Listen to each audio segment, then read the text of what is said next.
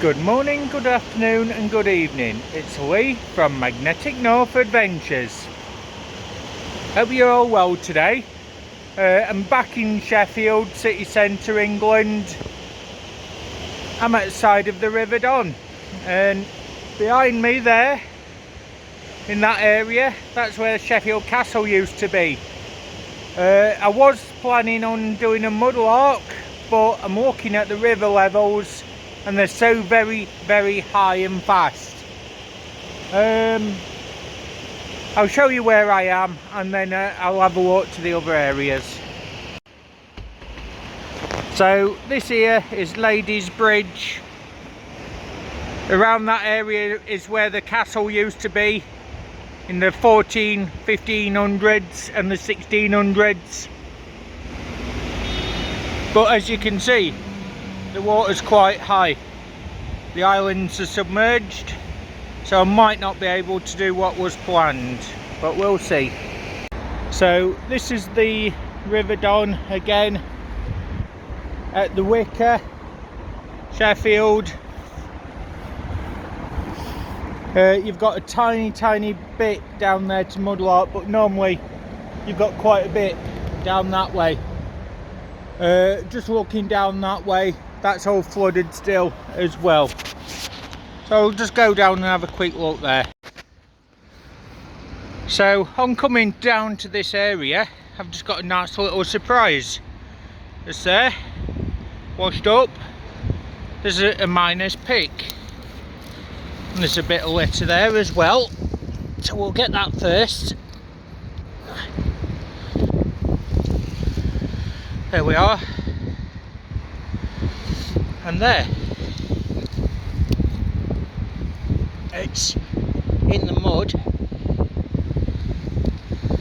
There we go, a nice old miner's pick.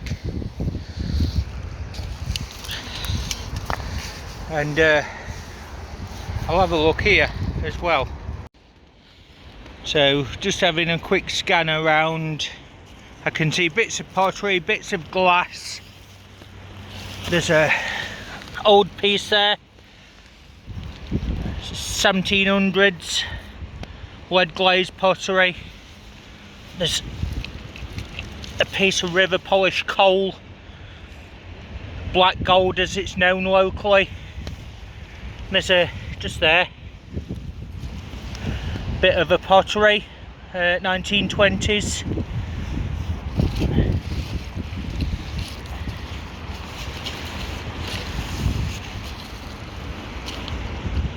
There is more bits in the water. It's a bit of a flagon down there. So that area is going to be worth a search down there when the water goes back.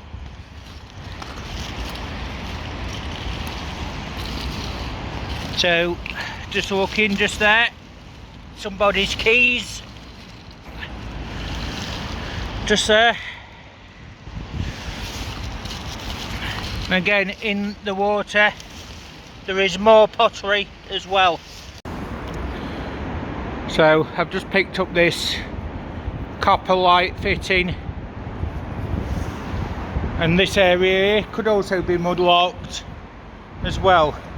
So if you've got a pair of waders or wellies, you could actually enter into this shallow water, which goes roughly 4 or 5 metres out.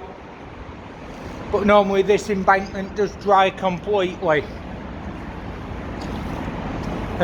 So I'm just going to have a general look here on the shallows, see what's washed out, go from there really. We've had a lot of rain recently, so it has unfortunately made it so the water levels are quite high. Just picked this up, I have no idea what it is. It's made of copper or brass. It's obviously quite old. It's going with me anyway. Just down here, there's another rim fragment from a pot. Again, 1700s on that one. And just here, there's a small tile, cube tile, So with the colour of that, that's probably from the 1930s. So that down there is Wicker and Blanc Street, Sheffield. If you walk up, I'll take you on a little tour to where the other mudlark zones are. So we've got Wicker Arches and the Spider Cobweb Bridge. It is well supported, so you don't have to worry about crossing it. It does feel lightweight underfoot, and that is because it is suspended by all this wire rope. But it's very sturdy, and in the past I have actually been across this bridge covered in ice, and that was a bit of a challenge. You had to hold all the way on to this side railing, and obviously here where it slopes down it does get a bit wet and slippery, so please mind your footing along the way. And this is parts of Sheffield, Spittle Hill area. Again, you've got the River Don going down that way. So you'd continue down this bridge, you turn left, follow it all the way down to Leveson Street. So as you get down the bottom of Effingham Street, you're coming down to Leveson Street, where you're going to turn left onto the bridge, which is Norfolk Bridge. Cross the bridge, turn right, and that's going to take you down to Salmon Pastures, where you follow the river all the way around to Washford Road Bridge. So here you can see the river is again in flood. Most of that island in the middle, one of the treasure islands, is sunken. You've got this little exposed area here, and there is bits and pieces on that, but eventually they do wash down to that island and further around. And just here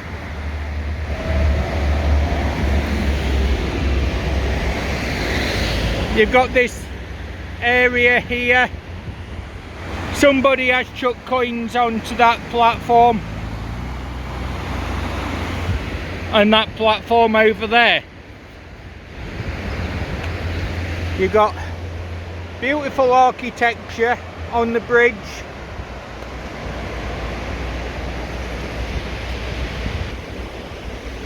And for those of you that's watched my videos in the past, you will recognise this spot as an area I have fished with Gavin and Stuart and Alex, and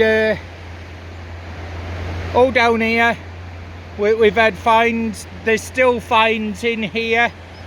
There was an artillery shell over there which was inert, a fragment of a 76mm World War II American tank shell. There was a cannonball over here as well, and lots and lots of general wire in that corner. Lots of general heavy cast metal, and it always regenerates. And that fishing platform down there, or that little dock area just down there, that would also be a good spot to fish from. And if you've got a scrapman coming, basically scrapman will come right here and he'll take it away. And if you can take it yourself, that's even better. So Norfolk Bridge, 1856, and this all used to have factories and that in the area. That side of the bridge near the viaduct, there's a big pipe that goes around, so you wouldn't be able to magnet fish that side. As we continue down Leveson Street, we're going to just keep following this around. So we'd keep following it around on the footpath all the way down till we get to a metal gate and an archway, and that takes you down to salmon pastures down there. So we're coming up to the 5 ways walk, which is where you need to turn down to the river again. 5 ways walk goes through this archway, down Valley Way, and down this way. Now turn left on the footpath, it takes you all the way around to Attercliffe Washford Road Bridge, and that is where we'll then come back onto the main road and follow it down Washford Road all the way around to East Coast Road, and then we're at the final mudlarking area. That goes down to the dock area. There is a bench there. You've got this weir. As you can see, the water is full of undercurrents, very fast flowing, and all this area does flood. So that weir there, that is called Burton Weir, and there is a lot of history in this area as well. So this is the footpath on salmon pastures. Not much to see. You have got the odd local carving, old oak made into a sculpture of a bench with a fish and an industrial hook on there. And if you notice, pollution has been a problem for a long time, because that at the back there is representing a tyre. So the fish swimming through industrial waste of tyres and hooked out with industrial hooks by an unknown artist. So we've got this area here again. Down there it has been mudlarked. You do get the odd bottle, you get coins, bits of jewellery, you get Bovril jars, all in this area. But even though there's not too much to see down here, it is a beautiful, lovely walk, and it's a place that's not far out of the city centre. Plenty of benches, and then down there around that area you've got Salmon Pastures Nature Reserve, where people do go and they just sit down, relax, have thinking time moments to themselves and enjoy the peace and tranquility. And as you can see, it does get muddy, but this area here, again, lots of bottles and that get found in this area, just so you know where it is.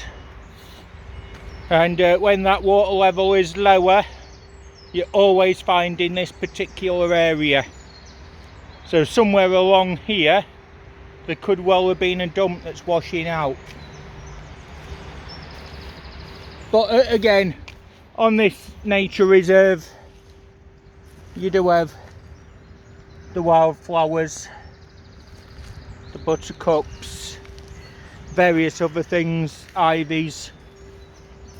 You've got the nettles, good for making soup with, and that's an old remedy as well.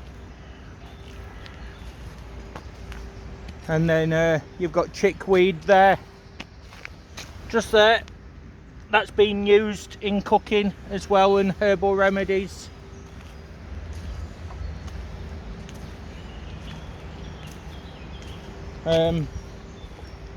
Various other plants on this side, which I don't know much about plants. I'm still learning.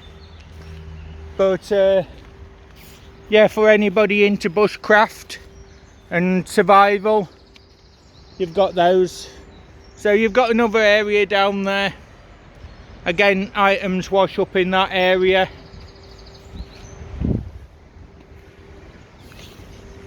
You've got cowslips there. Beautiful, beautiful little flowers. So you've got quite a diverse bit of heathland, grassland and nature reserve up there.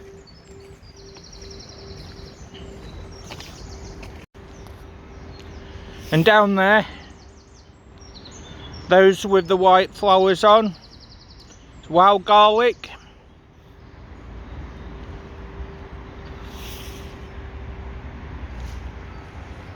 So there's quite a lot to see if you're into your botanical interests.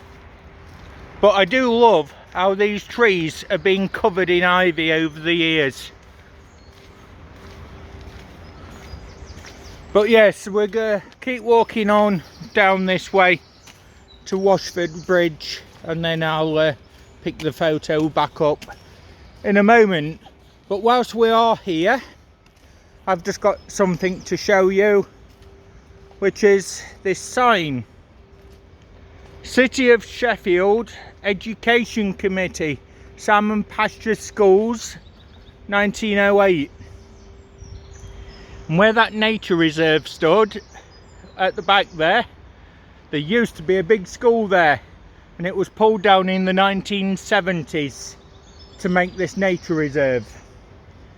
Now it's said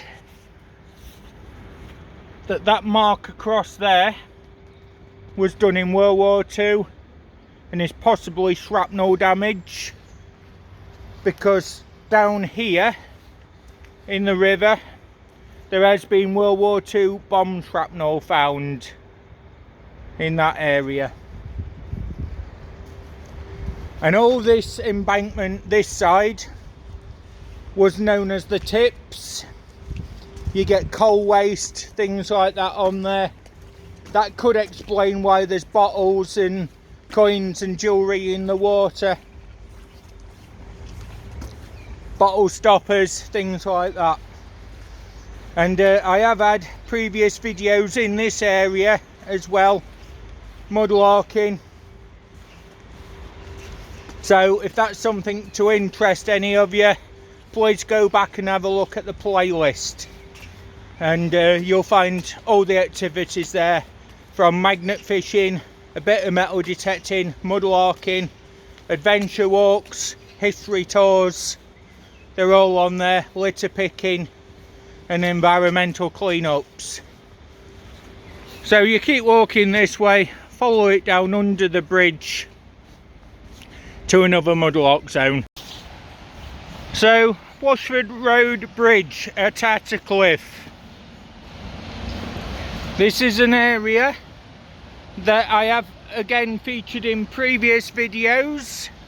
It was damaged in 1916 in a Zeppelin attack, and again in 1940 when the Luftwaffe did air raids on this particular area. Now if you notice on the bridge, this is concrete reinforcing on the bottom, and that's because this particular section was damaged and it had to be reinforced. So you've got this area here along the side of the bridges.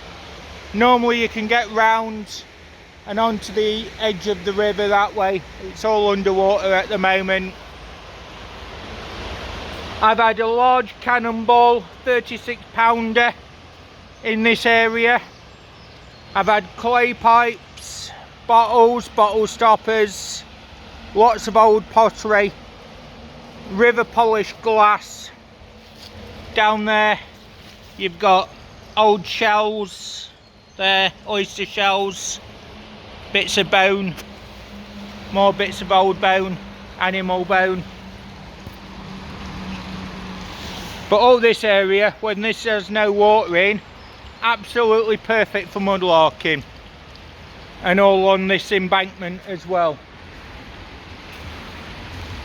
As you can see that there is bits washing in all the time. So I'm going to go down and have a look what's down there. Have a look what's down there.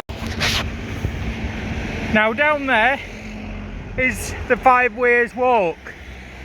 But unfortunately at the moment you still can't get down there. The 5 Weirs Walk is closed because the pathway has collapsed. So what you'd have to do, you come over Washford Bridge, this one here, rebuilt 1880, and you come down to this Washford Road on your left and you follow it around. I do apologise about the traffic, it's a very busy road. Washford Road, you follow it down this way, keep following it all the way around to East Coast Road, and that brings you to the 5 Weirs Walk again on the right hand side. So bottom East Coast Road, EMR Metal Recycling, follow it around. This is bringing you onto East Coast Road,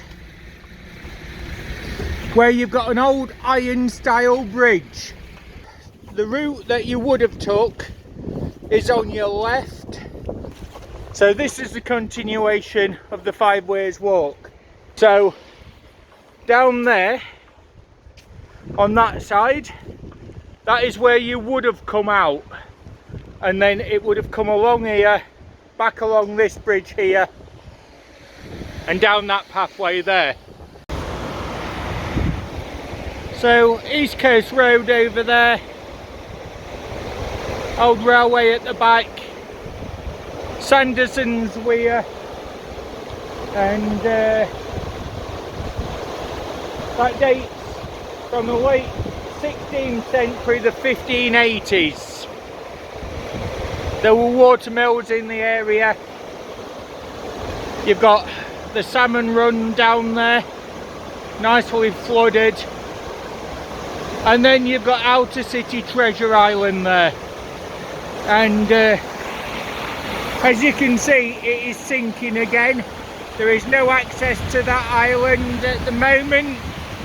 The only access is from underneath that railway bridge. The water here is far too dangerous, far too fast and far too deep to even enter.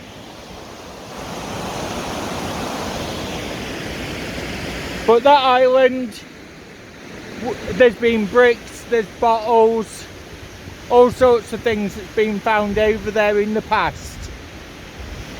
Now you can see here just how high the flood debris gets, and when this river is in full flood, all this path up here, which is a good 10 metres, 5 to 10 metres, sinks. And that is why it's been reinforced on the side there, to protect the factories and that a bit more. That's at the top. Around this corner here, where the other mudlark zones would exist, they're currently 98% underwater. So there's really not much that I can do down there. Just there, we've got Canadian geese. There's one there, and there's one there.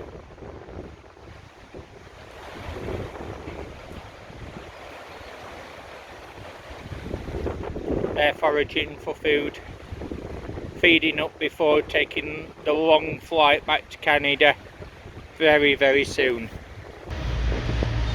So I'm down on the bit of a foreshore, bit of glass here. That's the remains of a Henderson's Relish Sheffield bottle. That was going to be 1910-ish.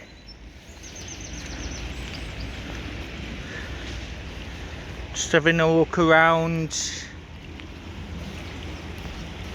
Bit of a shoe there. That's going to be probably 1920s. Got just there. Bit of a clay pipe stem. Bit of a shoe, as I said, it's just a bit of leather. Got a boot fragment there. Not really anything left of it, but it does have copper and brass bits that can be replaced, recycled. So looking into the water's edge, just down there, just there, another clay pipe stem.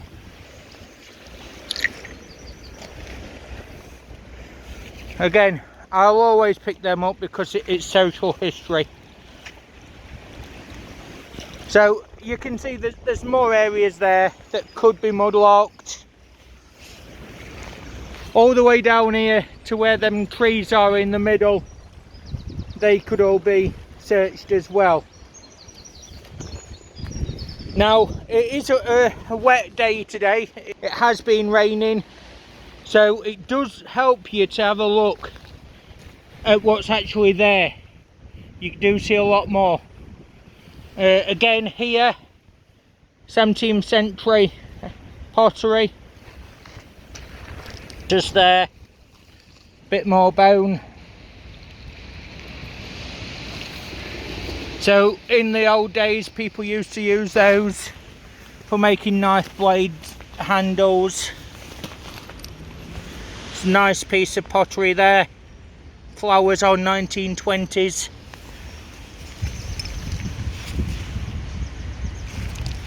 You do get a lot of this multicoloured stone, but that's furnace silica from the bottom of a furnace, and that will date from the 1770s through to 1900, and it comes in many colours. And basically this is glass melting waste. Blue glass, big bits of pottery. Just picked this piece of pottery up. Salt glazed stoneware, 1850s, and it's got a windmill on it. So that could well be local Brampton ware from Derbyshire. Well folks, it's raining even more. It's a lot heavier. I have got my waterproofs on, but the water levels are rising. So I've called it a day, just under grounds of safety. Always be aware of the surroundings and the weather. That water, even though it's non-tidal, it will rise, and you can easily get cut off, which means getting your feet and legs very wet, or basically there can be flash flooding, and that's very dangerous to be in. So always keep an eye on your surroundings. It's always going to be there to come back to another day. So that's it for me today. So I hope you've enjoyed the adventure. If you're new to the channel, I do appreciate it. Please like, subscribe and comment. And until the next adventure, which hopefully will be very soon, I'll see you again very soon. This is Lee from Magnetic North Adventures. Bye for now everyone.